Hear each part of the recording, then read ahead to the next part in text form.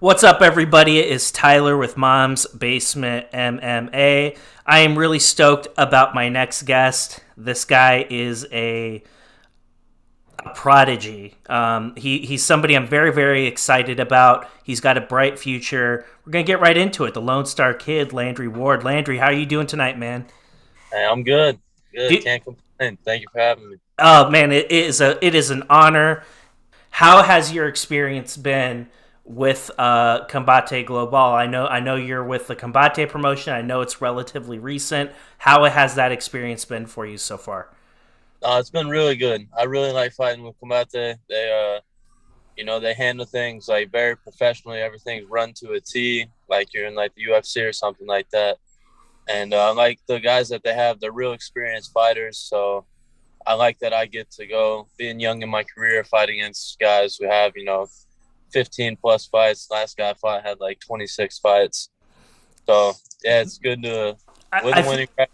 With a I, winning record, I'll add.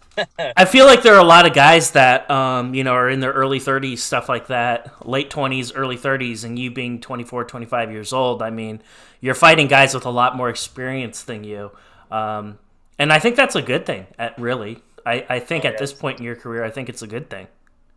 yeah. It's I like it because I get to show that even though like I'm young physically in the game, I feel like mentally I'm very far in this game, and I get to go and prove it not only to myself but to everybody watching as well.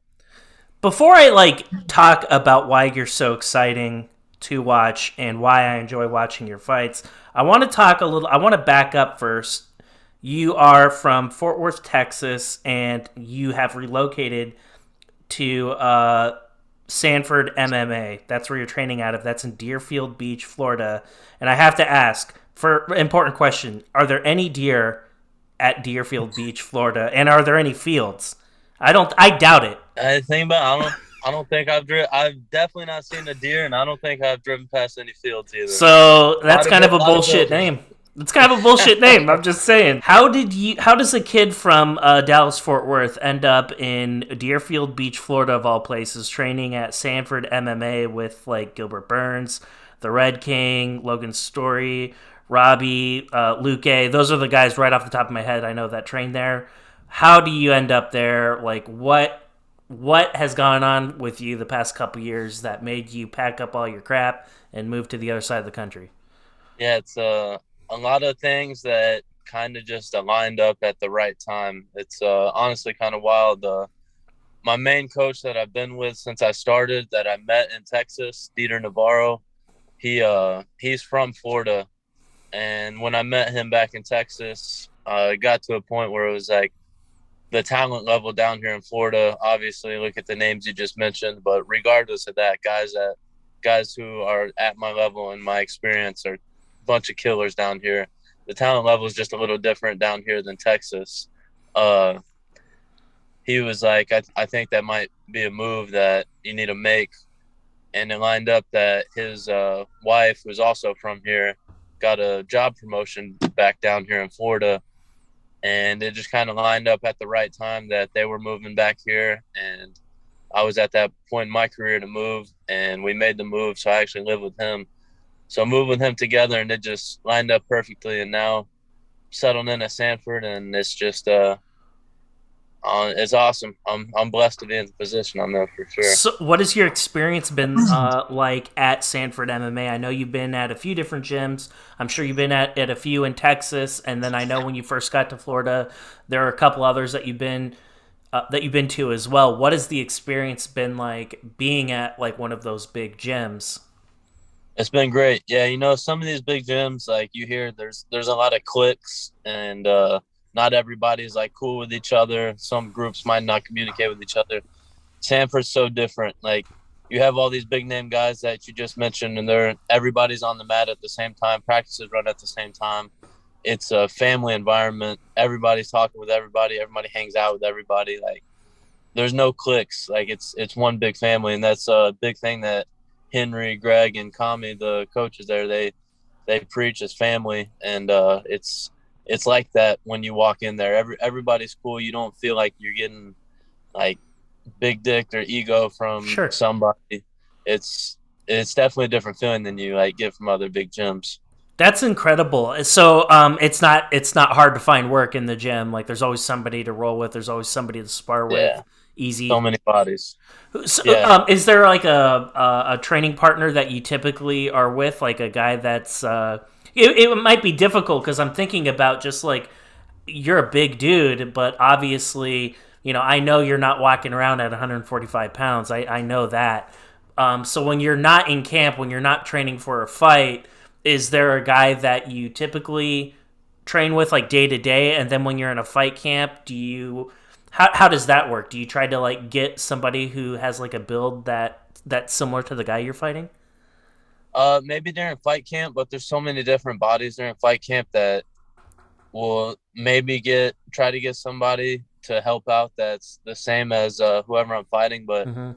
just try to take advantage of all the everybody in, like working with everybody in there. Everybody's so skilled and obviously different style of fighters. So I'm so young in my career. It's there's no need for me to completely like game plan for somebody. It's more just get my work at everything with every body style.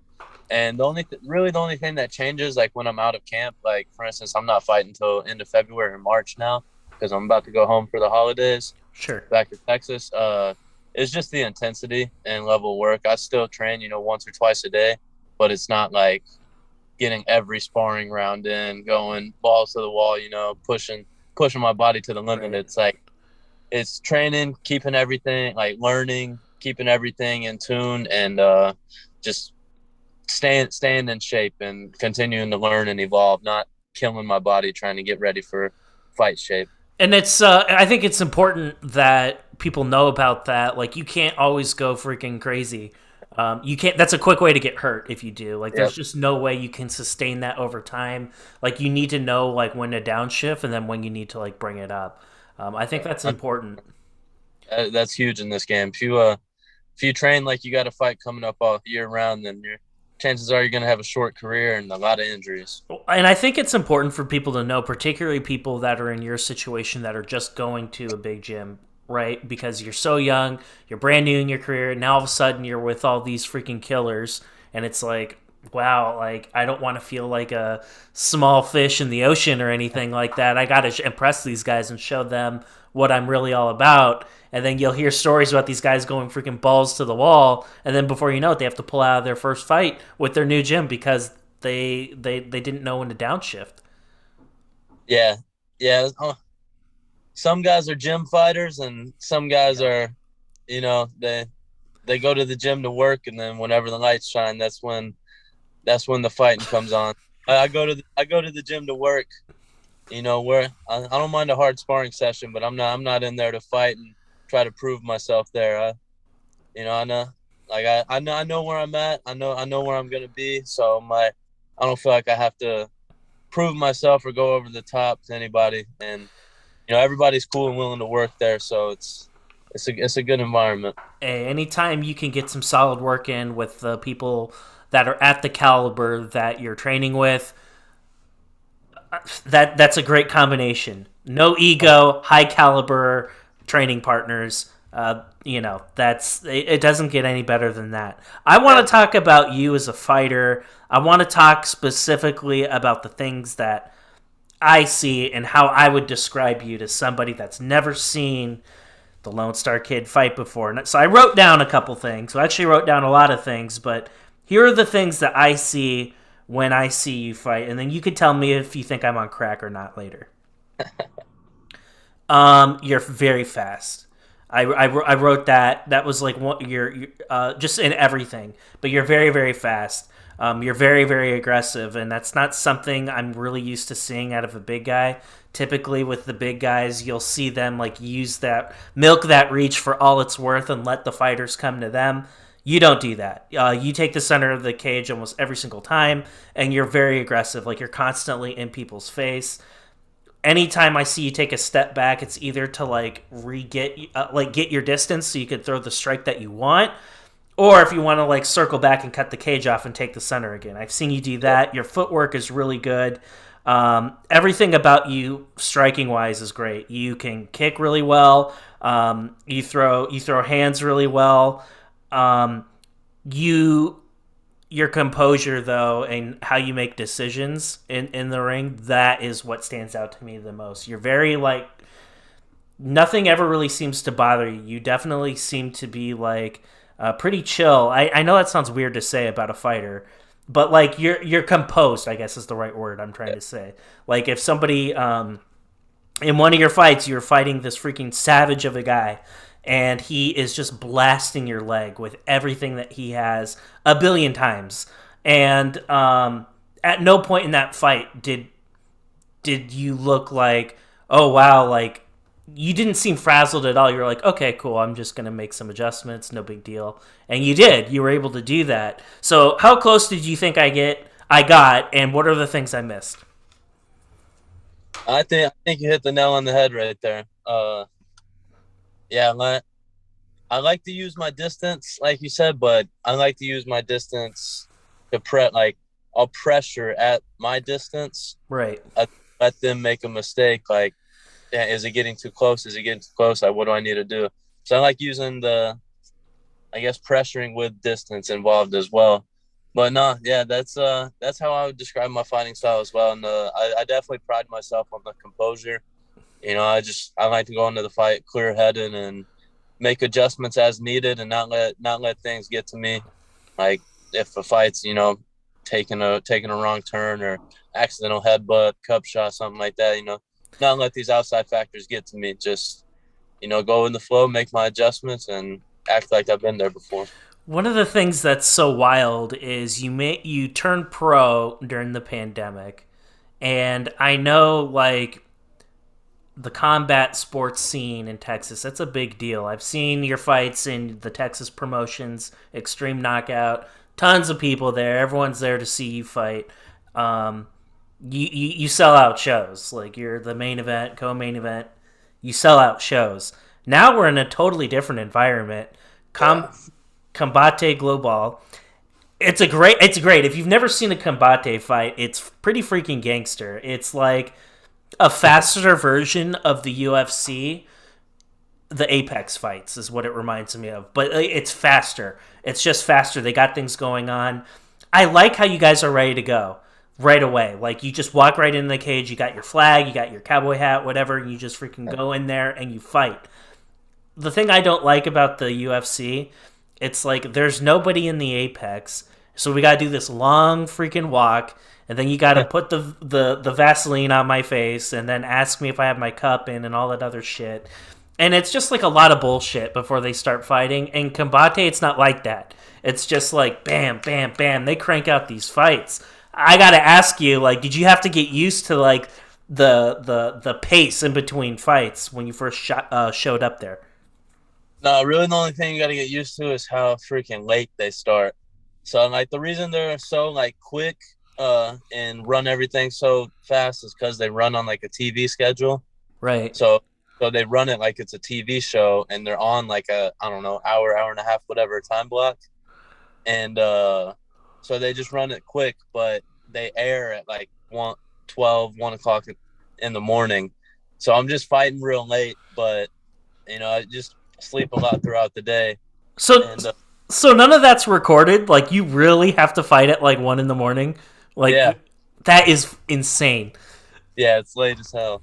How do you do that? Like how the hell do you do that? Like Just okay, you got to walk me through like what a fight day in Combate looks like cuz you must have to take a nap during the day. Like how do you train for that? yeah, so I'll like wake up, chill, eat breakfast, and then at like I don't know 11 or 12, I'll get my like morning shakeout, sweat through the day, and then I'll literally go back to the hotel and like I don't know play Xbox, Right. bullshit, take a nap, try to sleep as much as I can, honestly, throughout the day, and then I can't remember when I was the main event on the last one, and I stepped into the cage at like one a.m. or something like that. It was pretty stupid when you Yeah, I stayed up for it so I and think I got there like I probably got there around 9 or so to the venue, so I'm kind of there for a little while, but like it's not too bad. They got nice rooms and stuff to keep you chilling. So just the sleep through the day, get to the venue, and then wait till you fight.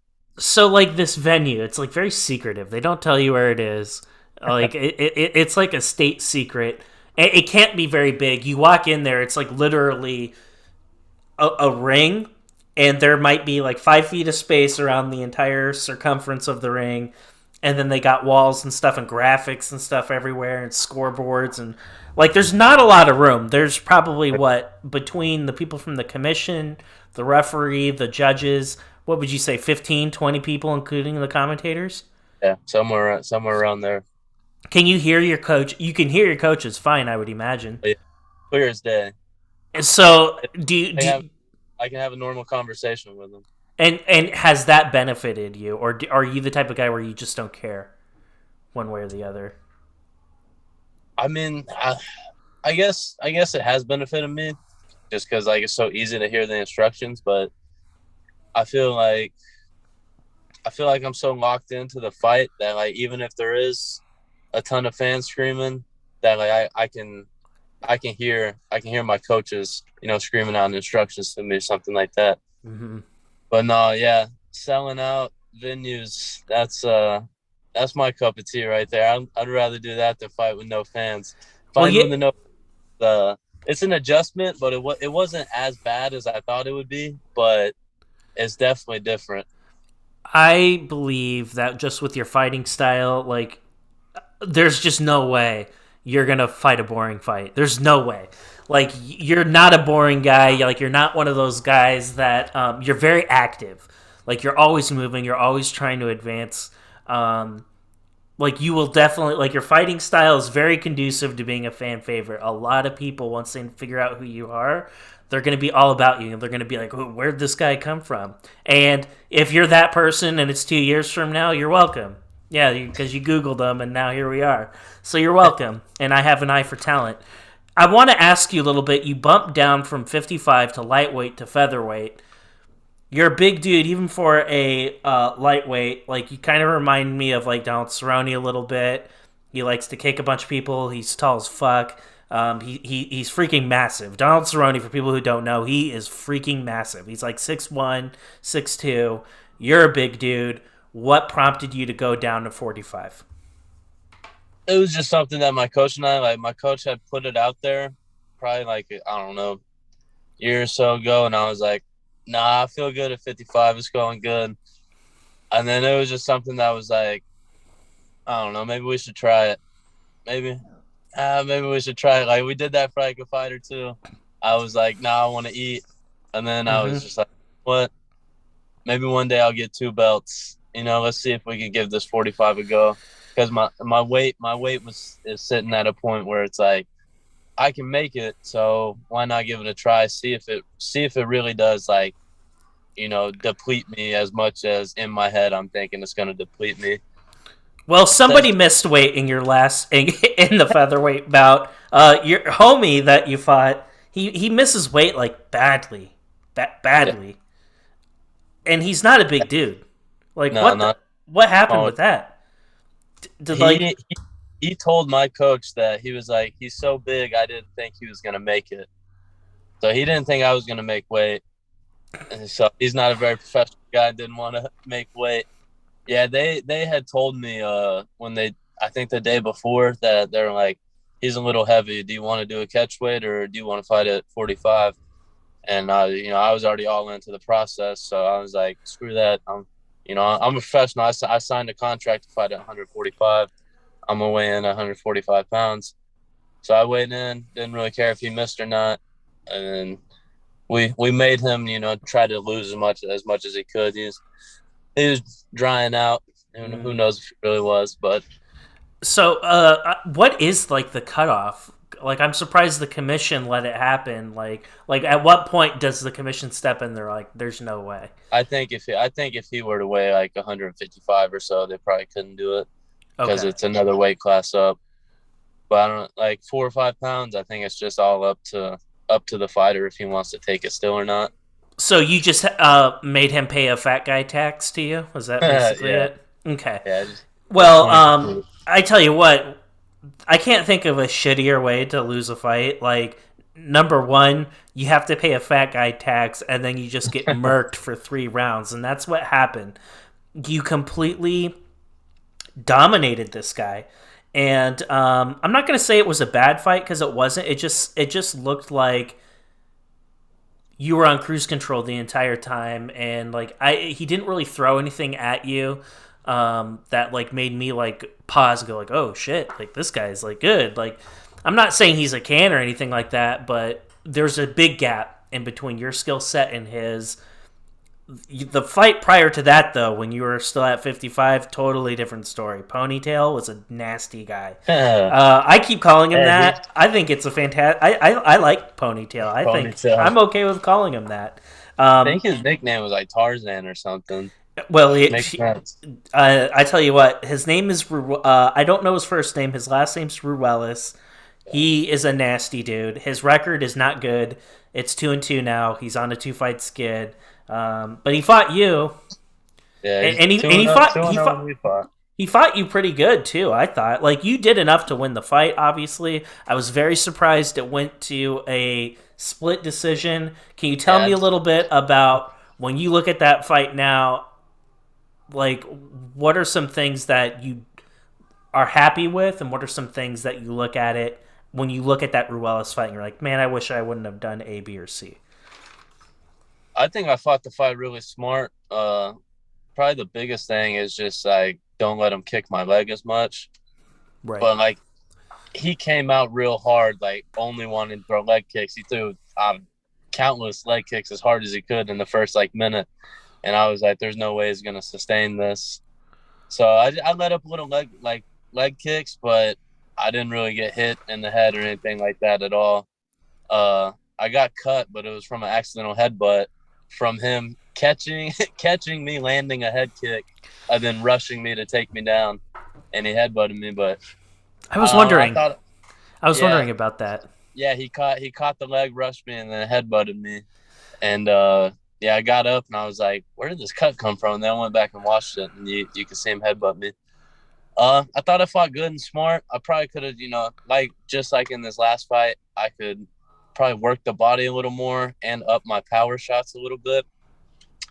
That might have got him out of there, but he was a tough dude. He ate like 5 or 6 head kicks that landed flush and would have put a lot of people down.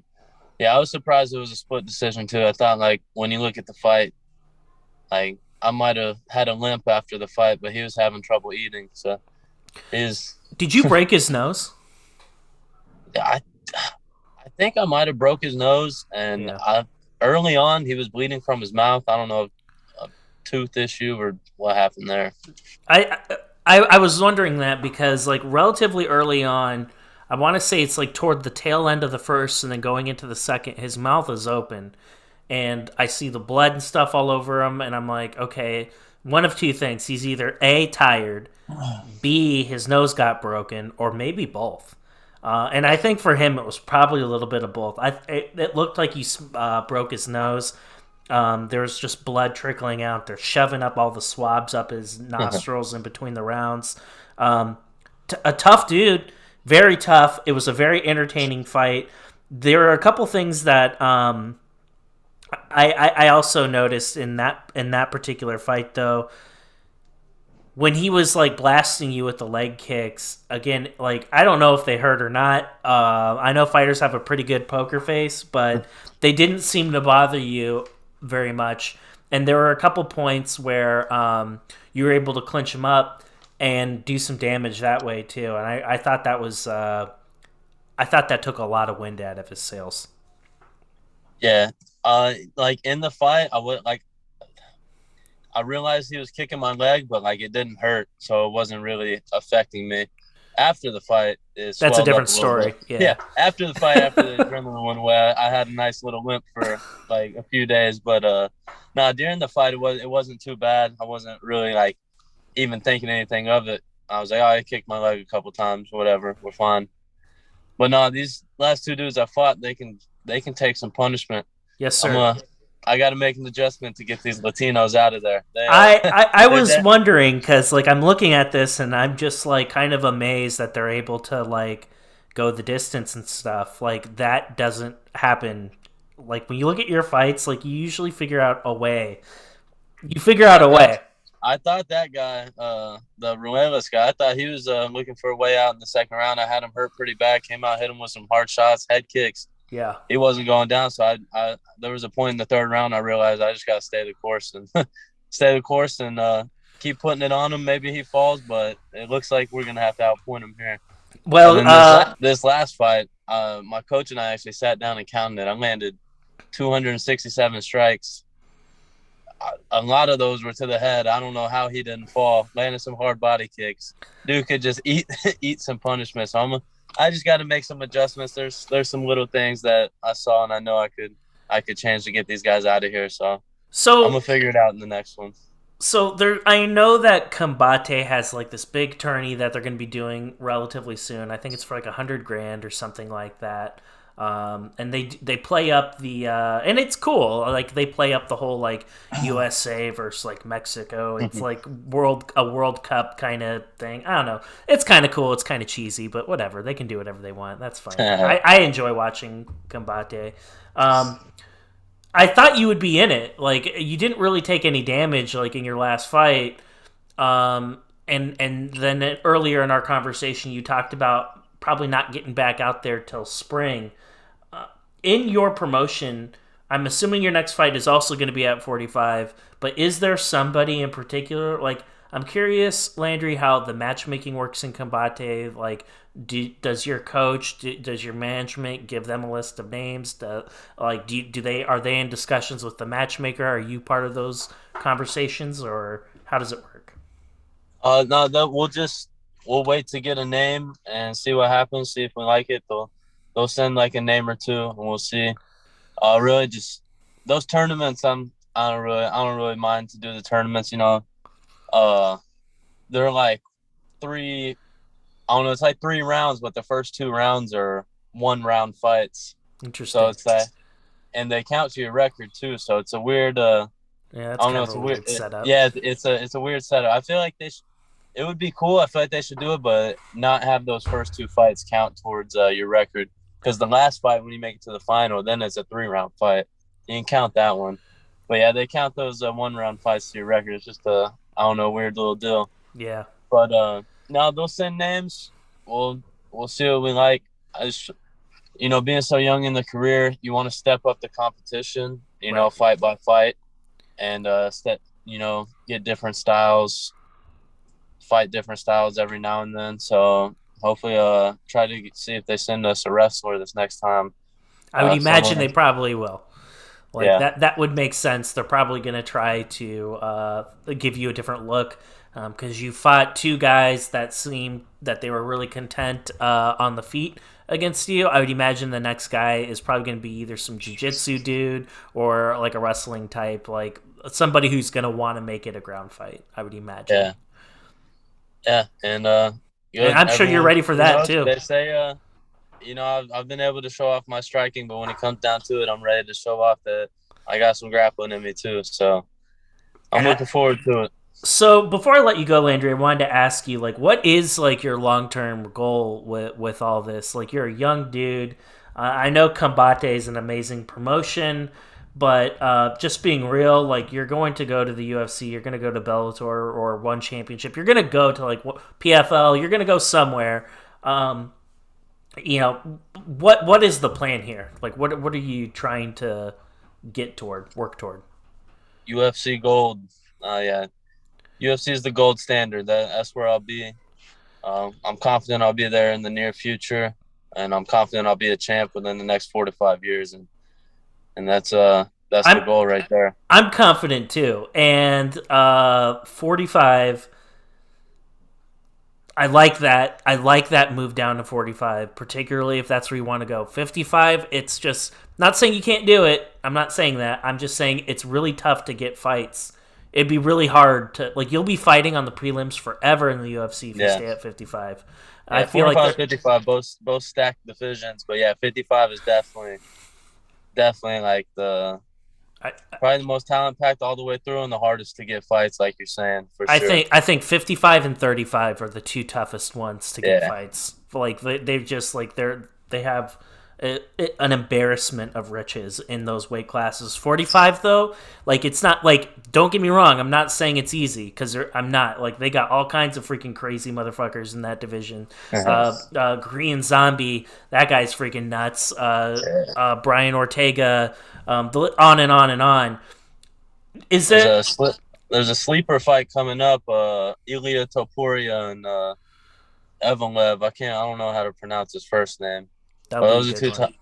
Yeah, those are two top dudes coming up. We're about to fight at 45. I And I think. want I want to see Abraham Lincoln come back. I call like I forget his real name, but I call him that because I Zabit. mean that's it. That's it, Zabit. And hey, if you know, you know. I call him Abraham Lincoln. It Yeah, fits so that's well. true. It really does. It's crazy how similar they look. But no, I don't know what happened to that guy.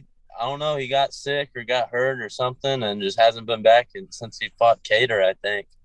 Yeah, he needs to come back, and I like Calvin too. Like I hope Yeah, Max freaking killed him, and I hope they bring him back. I hope he respawns soon. I'd like to watch him fight again.